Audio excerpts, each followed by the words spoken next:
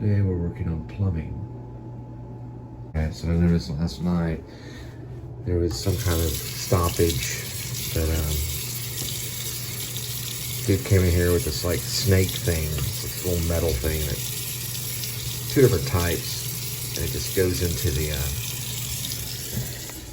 into this thing right here, and it just kind of goes in there and went on for quite a bit of time. I had to use two different types, but yeah, it's working, so thank goodness. So I was kind of trapped here, and I'm not trapped, but I thought to myself, well, why not go ahead and patch some of those scenes into the werewolf movie. And so I brought them at a pub called the Englander. I've seen a pub like that when I lived in Carrollton area, and so it brings kind of a home feeling to Gerald. And they're talking, and he's not drinking any pints, he's only drinking tonic. Well, John Blacksmith is having a pint, and they're just kind of talking about their plan of attack. They're going to go in wearing dark in the back part of the ranch, and they have to go by a hunting supply store called Barksville Hunting Outlet. And I kind of like the idea of John Blacksmith purchasing a ghillie suit and messing around with like a ghillie suit, because it looks kind of like a werewolf kind of thing. Anyway, John Blacksmith is in charge of the canister named Sherry, which is the spray canister. Some ideas about that too. You ever see those plumbing snake things? I was thinking about maybe having it have like a longer tube on it, like an extinguisher. So he pulls this trigger, and it comes out and starts not kind of spraying. I don't know. The design it's written, and it's in the monologue. There's a monologue in the script where he talks about what it looks like. But it's like a canister that has liquid silver. It shoots out this like silver lava. It would kill a werewolf dead in its track. If you could see it, there would be no missing at all, because it's spraying the silver out. They end up in the barn, and the werewolf comes after them, and gets John, gets his hand, and eventually John dies. If Post Malone takes the role, it'd be cool, or someone like it, has a lot of charisma, a good voice, kind of naive a little bit. The first that came to mind was Post Malone, because he's such a character. I like the fact that he would have like a silver grill, where he could like maybe bite the werewolf, with his silver grill or something. I might add that too, because the werewolf gets a hold of him, and he bites the werewolf, and then the werewolf bites his hand off. Gerald survives, but later will be turned into a werewolf in the sequel, because he gets scratched on his back by the werewolf.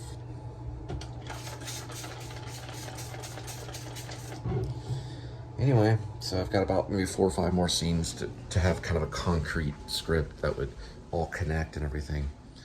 And that'll take me some time. We may do a reading tonight. I have to be in kind of the right mood and stuff like that. But got some of it. Got like 2 or 3 scenes done, so it's kind of weird. It's been a while.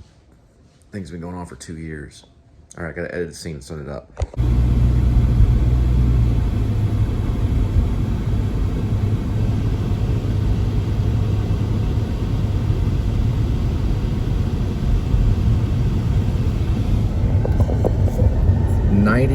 Degrees Fahrenheit, 195,194 miles on the spot.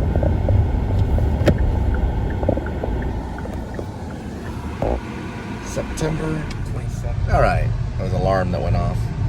September 27th, 2023, as the recording of this. Welcome to the Please Subscribe show. I'm Cole Spivey. I'm an actor, writer. This show's about how I'm going to sell a script to Hollywood and move forward from there. Well, my first big script. I'm working on a script called Grace, aka Werevlog. And I've been working on it diligently today. I guess digital and diligently are combined to be a word. You know, you write it in digitally, the script. Regardless, that's what I'm doing. That's what I'm trying to do. And I'm going to go pick up Linda, or follow her. We're going to go to the store and probably Taco Bell. Stop by Taco Bell and get something to, like a $2 Chipotle grilled, or it's actually Chipotle Ranch grilled chicken. And I'm gonna keep on doing this, you know, as much as I can, and hopefully I'll get some attention. So I added like 3 scenes today to the Grace, aka Werevlog screenplay. I'd be sure to call it screenplay, so you understand exactly what I'm doing. And then I think I just posted a vlog just a moment ago that happened yesterday about some movies that I made on Internet Movie Database and some shorts that I put up there. I didn't make it for Internet Movie Database, but I made it for YouTube, and then I put it on my Internet Movie Database. I hope to see Grace on there. It'd be nice to get to work again. And I don't know exactly how I'm going to get there. I don't know the future. You don't know the future either. So you're rolling the dice just like I'm rolling the dice. We're both kind of rolling the dice. But you don't. That's one thing I learned from my second wife, Angel, was you pray, you ask God for everything, you do all these things every day, but still you don't know the future. But you know that you're in good hands. So that's the most important thing. But I worked with James Lipton, and he always felt that there was really no such thing as luck. These actors that had made it wasn't necessarily about luck. They put themselves in certain situations, and then I guess you could say they became discovered. We're over 700 subscribers, so we're well over 700 subscribers. Well, not well over, but we're like 700 something, 706 or 700 something. I told Linda, once we get to 700, then anything can happen. It's a pretty big number. You don't just turn it on and get 700 subscribers. Now, I know there's certain vloggers I follow, and they do get quite a bit of subscribers, but they sometimes will piggyback on a famous vlogger. And then sometimes people just catch on to what they're doing. In a minute, we're going to look at the lake, and I'm probably going to, like I said, go and vlog the Chipotle Ranch grilled chicken. All I had today was ramen. I had to work. There was a dead dog. Oh my gosh. There was work that had to be done on the plumbing for the sink, and that was finished. So it took some time. I had to stay there, and I did some cleaning. And then that's when I worked on more of Grace, aka Werevlog.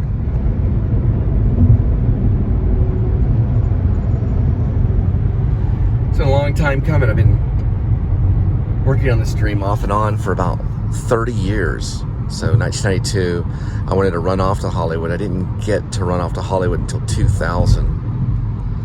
So I had to wait 8 years just to go out there. And I graduated and I left, and then I came back. And I didn't think about doing something like this until 4 years ago. So this vlog is 4 years in the making. I didn't learn about the video log, but I did know about YouTube 10 years ago. And my first YouTube stuff happened in 2010 on a different page called Pigeon 1. But you have to let people know. You have to put yourself out there. So if you know anybody, let them know about the Please Subscribe show and the Cole Spivey channel. This guy's writing a script, trying to make a movie.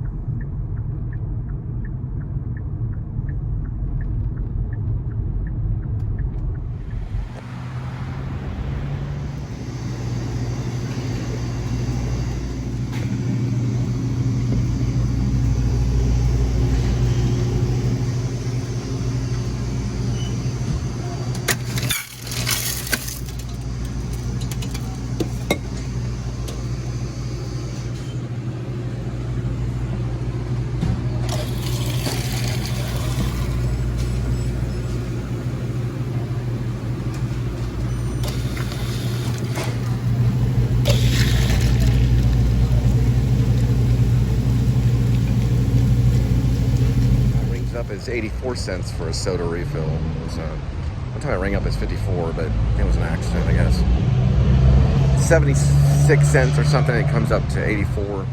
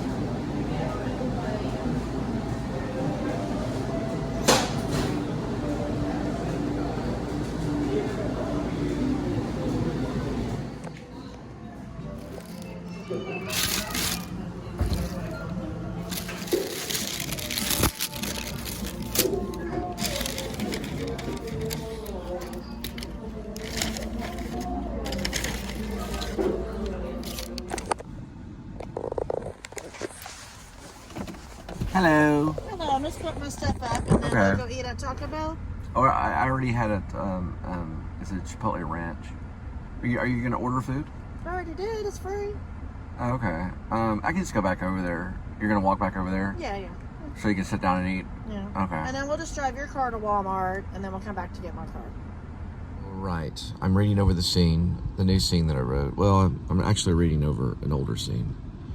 There's some commas and capitalizations and all caps for characters and things I need to work on. You'll have to forgive me when I go through on the reading and I make corrections because I don't get a lot of time. I'm a busy person. I do cleanings. I clean houses. I do secret Uber. I'm thinking about doing GoPuff. I've done GoPuff once so far. And then, a roadie reactivated my account so I can go run around the Metroplex picking up Home Depots and possibly pharmaceutical medicine and maybe, I don't know, occasional Walmarts. They take forever. And then when I get a little extra time, I work on Grace and I try to read it with you guys. Tomorrow, we're going pretty far. I'll tell you about when we do it, but we're going to do a cleaning. It's about an hour away. It's a great time to find some filming locations, though. Scout out some locations, which I always thought I was doing anyway, until people actually do real filming locations. I'm talking about scout out locations for your own film. I thought that was the werewolf. Oh, I'm just now reading the scene. I read the scene about the favor driver that gets killed immediately by the werewolf. Now, the idea behind it is it gets ripped out of the window and the phone falls here. And then water starts to seep through here, right? And all of a sudden the phone gets picked up and you can see the entire area of the car as the phone kind of moves around like this in the water. And then slowly rests at the bottom, maybe down here, and then a pizza box goes floating by. I wrote that, so the phone goes flying around. It's secretly about vloggers and a werewolf and a bunch of other stuff. It's even about A.D.W.C, and even though I don't write about A.D.W.C, but Google Home and monitoring and espionage and people using access to their phones to spy on other people. It's full of a lot of action.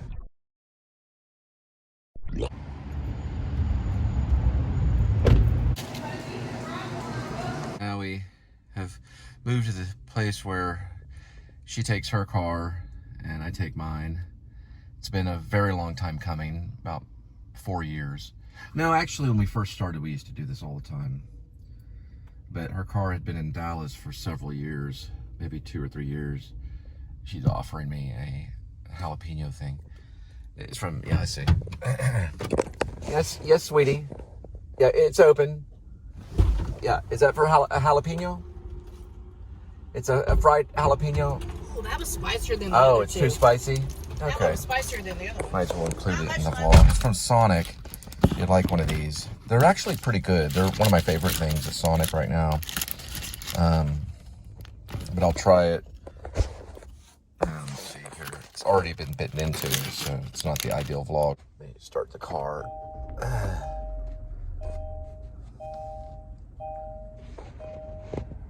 That was a nice shot. Don't you hate it if you know this and you're a vlogger and you see the cinematic shot, but you only can look at it. Let me see if I can show you what I was looking at. See right there, Linda was walking down that way. Very Grim Life Collective kind of detailed shot that only would be in one of their vlogs. Of course, the rearview mirror, they'd probably get out and set up a stand. They just do it through the rearview mirror. So Shakespeare must have done the same that I do with Grace. He put the rich and the poor together on stage, the royalty and the groundlings, well, the royalty and the paupers together on stage. For example, Midsummer Night's Dream, you have Bottom, a mechanical, a worker. These would be the bloggers of today, if they were such, because they put themselves through mental labor, as in Shakespeare says. Oh, here she comes. Got part of the shot.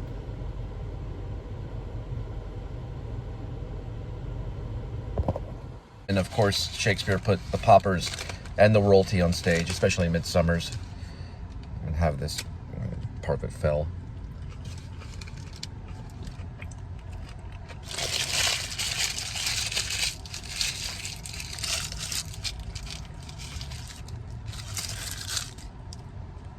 He did that so everybody could play. He was the type that he wanted everybody to be able to play. So the mechanicals, Bottom and Weaver, or the Weaver, and Bottom, the joiner, and the tailor. I played the tailor once.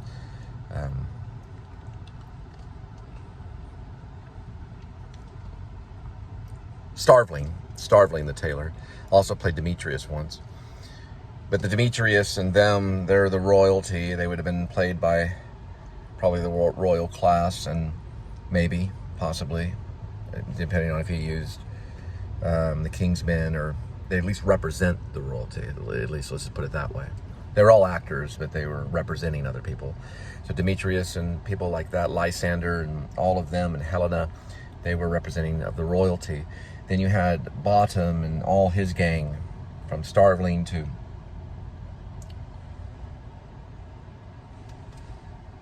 the rest of them. And then you had the fairyland, right, that we don't see. Puck and Oberon and that whole cast of characters.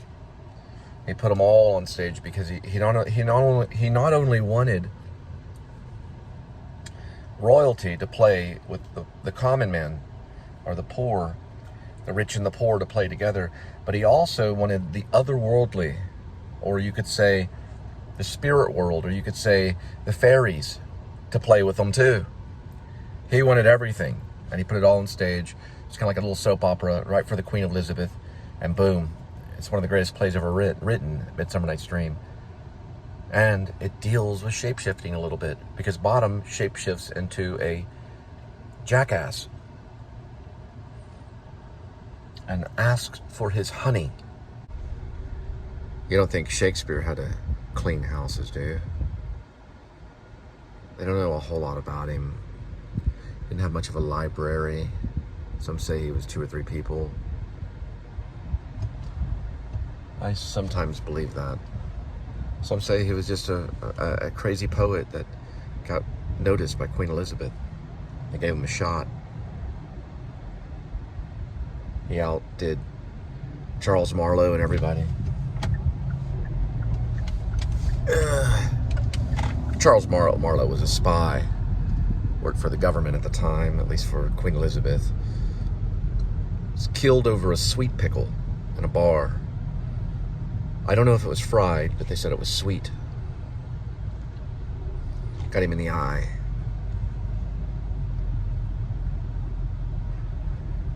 I don't know who was spying on it, though, at the time. It's very Machiavellian, as they say, of him.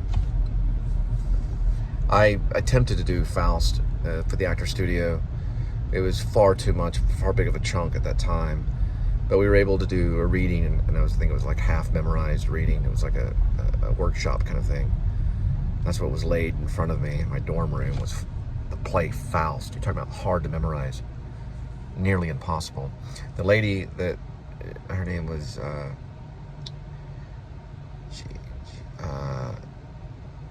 Ginseng. Ginseng was from Japan. She barely spoke English, but she showed me in the direction with movement, like grabbing my hand and showing me how the character felt and stuff, because she spoke broken English. She was one of their directors.